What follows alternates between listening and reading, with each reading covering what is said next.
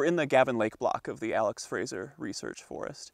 And you can tell that there's been some disturbance here behind me based on this openness. And we're in an area that burned in 2017, which was a very big fire season in BC.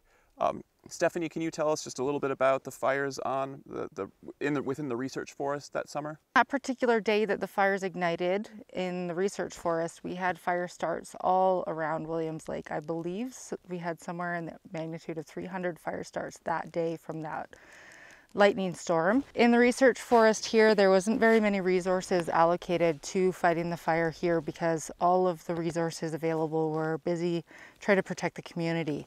So research forest staff came to fight the fires here in the Gavin Lake block of the research forest, and they successfully contained 6 out of 7 of the fire starts that occurred within the first 2 weeks of fire.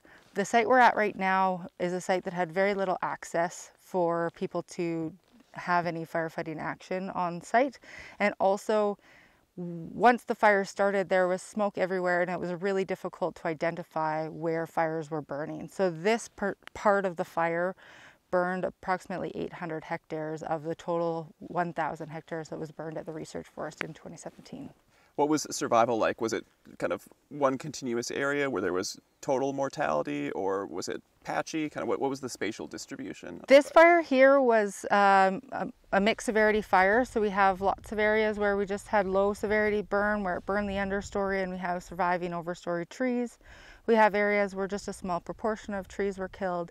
And then we have high severity areas. And it seems to me like the pattern of severity increases as we go up the slope. So where we had thinner soils, hotter, drier sites, those tend to burn more severely than where we are right now, which is the lower end of the slope, a bit more moist conditions and a few refugia of surviving trees. What was the species distribution in this forest prior to the fire?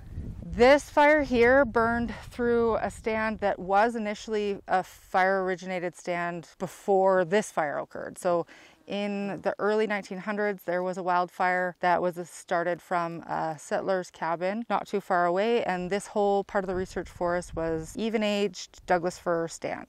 And was there much of a component of other species, or was it pretty much exclusively Douglas fir?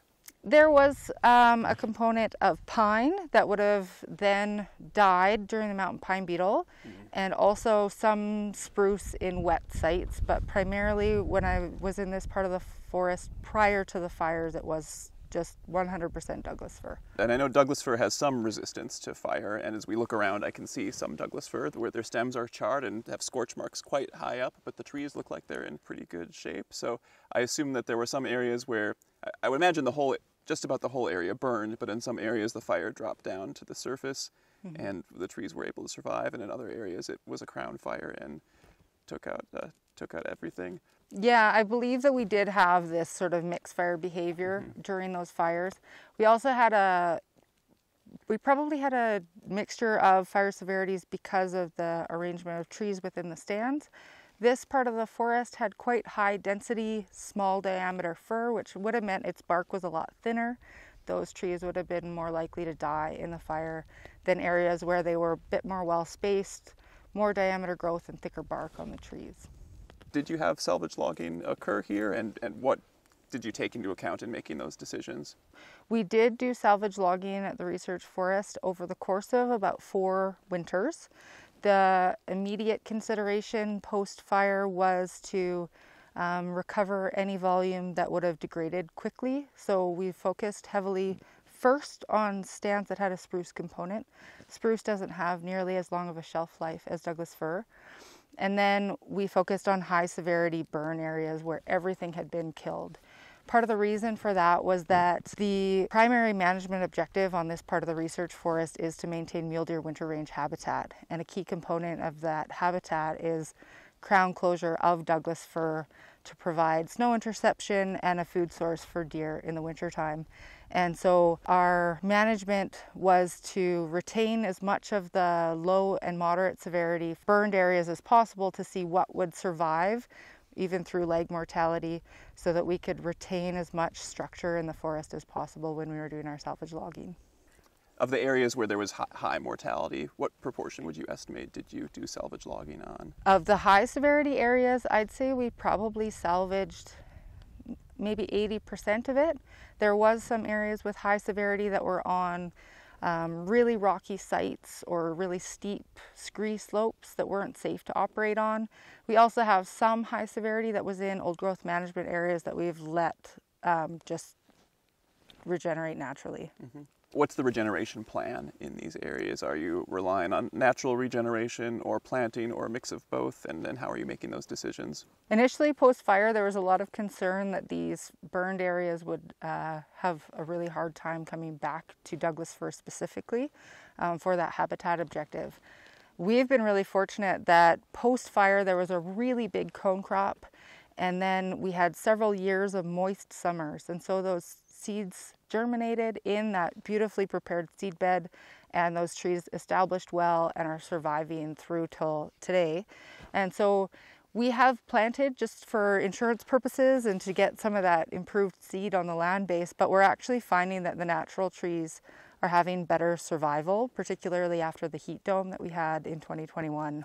So with the patchiness of the fire, even though it was very severe, there were enough islands of surviving Douglas fir that had a large cone crop that they were able to naturally seed in most of the areas. Yes, that's right. And then because we didn't focus our salvage initially on the moderate and low severity fire areas, this site here would have had a mixture of dead and live trees on it while we had that cone crop, and then we came in and salvaged. So that the seed was already on the ground, and we might have had germinates, but again, we had that snow cover that would have protected that while we salvaged the burned and killed trees. You said you have done some planting. Have you been planting mostly in Douglas fir, or have you been mixing in some other species as well? We've planted primarily Douglas fir. We do plant a mixture of about 20 to 30% pine, and the idea of that is to introduce shelter in areas where there isn't any structure at all. And so that pine, we're hoping, will grow up and provide that thermal cover for the Douglas fir seedlings. And we've talked about that a little bit already, that the Douglas fir seedlings are really frost sensitive. This area here, do you have large areas where you expect frost pockets and that's an issue, or is the aspect and topography such that the frost isn't as big a concern here as it is at some sites? Frost sort of moves down the landscape like molasses. So it's not like water, it doesn't move that quickly, but it moves down the landscape and pools in any sort of flatter area or depression along the slope. And so actually immediately behind us is probably one area where you could envision it collecting in this low point. Yeah, we've got a real clear depression behind us here. And so potentially there's a risk of frost there. So far we haven't seen that, and looking at the stand composition from before the fire, there was plenty of Douglas fir even in these low-lying areas. So hopefully we don't have too much risk of that on this site.